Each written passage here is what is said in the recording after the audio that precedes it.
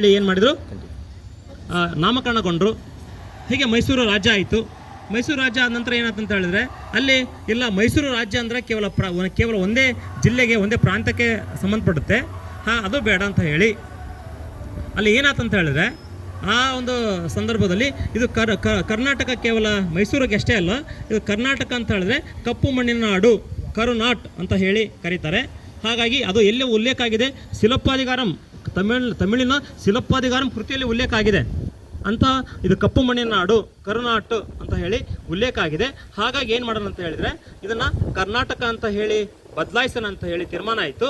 ಹಾಗಾಗಿ 1973 ನವೆಂಬರ್ 1 ಏನಾಯ್ತಂದರೆ ಏನಾಯಿತು, ಮೈಸೂರು ರಾಜ್ಯಕ್ಕೆ ಕರ್ನಾಟಕ ಅಂತ ಹೇಳಿ ನಾಮಕರಣಗೊಂಡಿತು. ಹೀಗೆ ಅಲ್ಲಿಂದ ಏನಾಯಿತು, ಮೈಸೂರು ಹೋಗಿ ಕರ್ನಾಟಕ ಆಯಿತು. ಹಾಗೆಯೇ ಏನಂತ ಹೇಳಿದ್ರೆ, ಕನ್ನಡಕ್ಕೆ ಎಷ್ಟಂದರೆ ಸುಮಾರು 2000 ವರ್ಷಗಳ ಇತಿಹಾಸ ಇದೆ. ಕನ್ನಡದ ಮೊಟ್ಟ ಮೊದಲ ಶಾಸನ ಯಾವುದು ಅಂತ ಹೇಳಿದ್ರೆ ಹಲ್ಮಿಡಿ ಶಾಸನ. ಅದು ಯಾರ ಕಾಲದ್ದು ಅಂದರೆ ಕದಂಬರ ಕಾಲದ್ದು. ಅಂದರೆ ಕೆತ್ತಿಸ್ತವನು ಯಾರು, ಕಾಕುತ್ಸ ವರ್ಮ. ಯಾರು, ಕದಂಬರ ದೊರೆ ಯಾರು ಅಂತ ಹೇಳಿದ್ರೆ ಕಾಕುತ್ಸ ವರ್ಮ.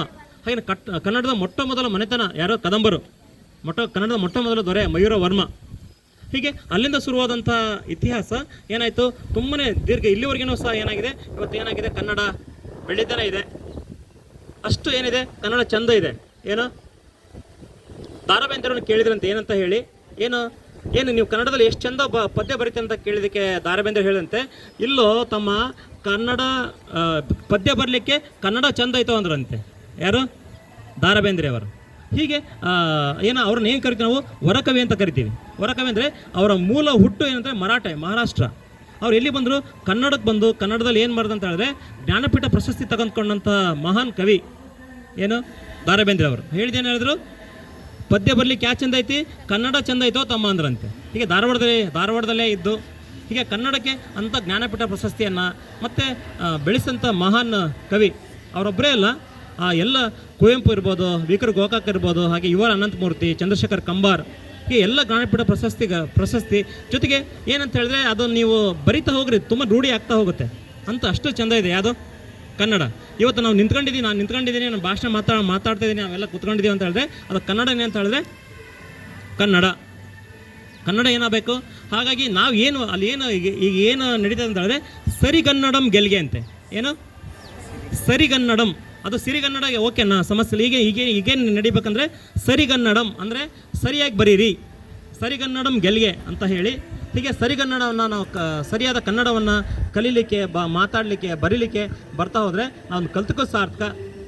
ಜೊತೆಗೆ ನಾವು ಯಾವಾಗ ಒಂದು ಭಾಷೆನ ಸ್ಪಷ್ಟವಾಗಿ ಮಾತಾಡ್ತೀವೋ, ಬರಿತೀವೋ, ಕಲಿತೀವೋ, ಆಗ ಇನ್ನೊಂದು ಭಾಷೆ ಆಟೋಮೆಟಿಕ್ಲಿ ಬರುತ್ತೆ ನಿಮಗೆ. ಯಾಕೆ ಇನ್ನೂ ಬೇರೆ ಭಾಷೆ ವಿಷಯಗಳು ಯಾಕೆ ಹಿಂದಿದ್ದಾರೆ ಅಂತ ಹೇಳಿದ್ರೆ, ನಿಮ್ಗೇನು ಬರ್ತಾರೆ, ಏನೋ ಕನ್ನಡ ಸರಿಯಾಗಿ ಬರ್ತಾ ಇಲ್ಲ.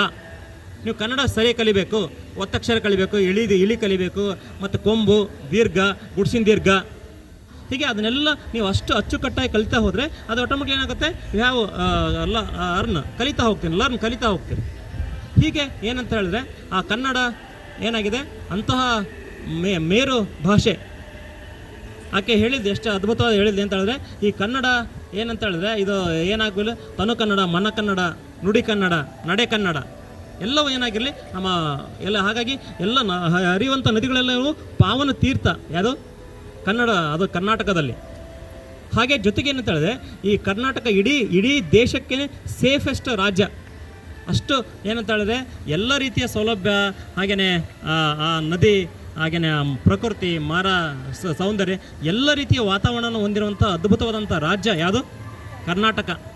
ನೀವು ಕರ್ನಾಟಕ ಬಿಟ್ಟು ಬೇರೆ ರಾಜ್ಯಕ್ಕೆ ಹೋಗಿ ನೋಡಿ, ಅದು ಅಲ್ಲಿಯ ಮಹತ್ವ, ನಮ್ಮ ಕರ್ನಾಟಕದ ಮಹತ್ವ ಅಂತ ಗೊತ್ತಾಗುತ್ತೆ.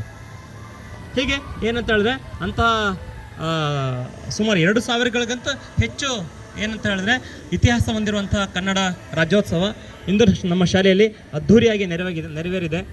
ಇಂಥ ಒಂದು ಸುಸಂದರ್ಭದಲ್ಲಿ ನನಗೆ ಮಾತನಾಡಲಿಕ್ಕೆ ಅವಕಾಶ ಮಾಡಿಕೊಟ್ಟಂತಹ ಎಲ್ಲರಿಗೆ ಮತ್ತೊಮ್ಮೆ ಮಗದೊಮ್ಮೆ ವಂದಿಸುತ್ತಾ, ಜೈ ಕರ್ನಾಟಕ ಮಾತೆ, ಜೈ ಕನ್ನಡಾಂಬೆ, ಜೈ ಭಾರತ್ ಮಾತೆ.